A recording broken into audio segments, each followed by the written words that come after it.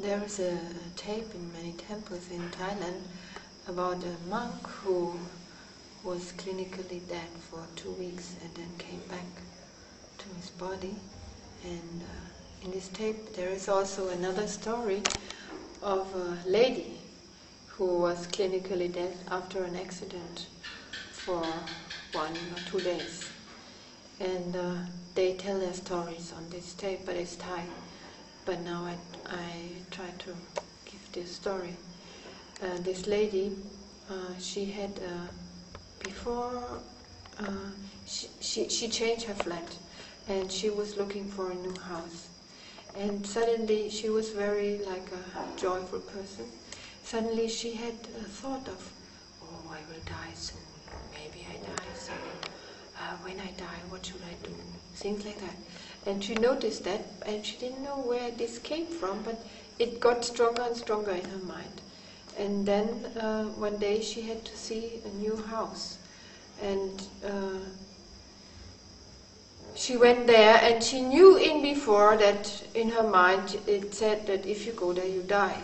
But still she had the appointment and she went.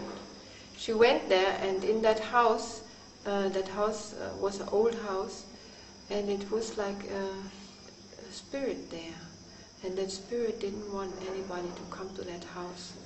So she went down, and she didn't know anything, she didn't see anything, but then she went to the first floor, and when she was on the first floor, some power, something pushed her and dropped her from the first floor down to the ground floor.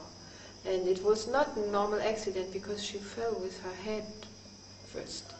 So she banged with her head on the floor, and she was, good luck, she was not dead.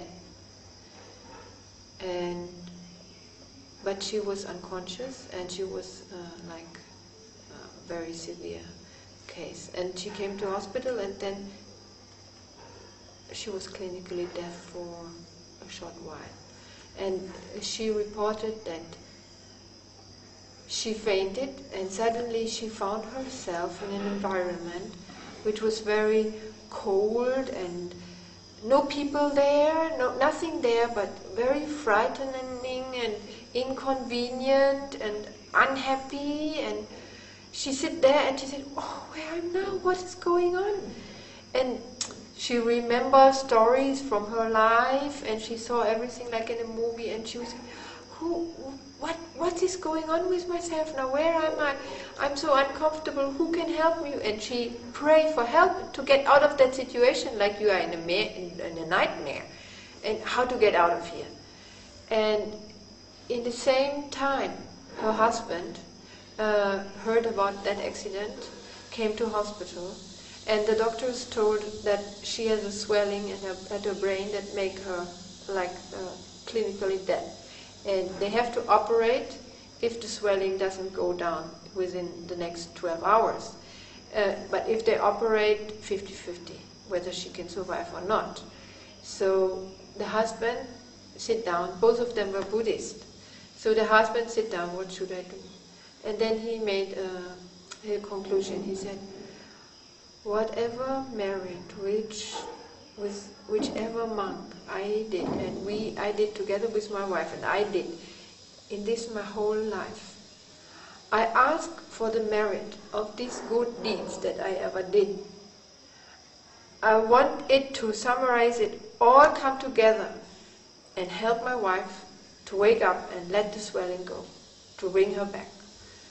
And for the wife, she was in this ugly situation, and suddenly a kind of orange light came, like an aura, and surrounded her. And then she was like in a bubble, and suddenly she could separate herself from that ugly environment and felt like more safe. And also she came back to her senses. And with this help, she realized, wow, something is helping me now. And then in that instant she asked, who is helping me?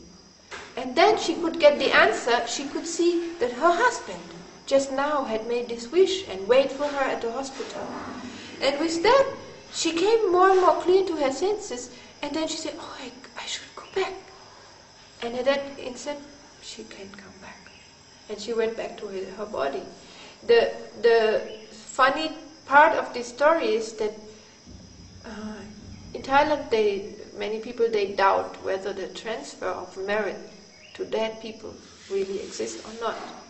But with this story, it shows that the merit that you transfer to beings will arrive there in this or another form.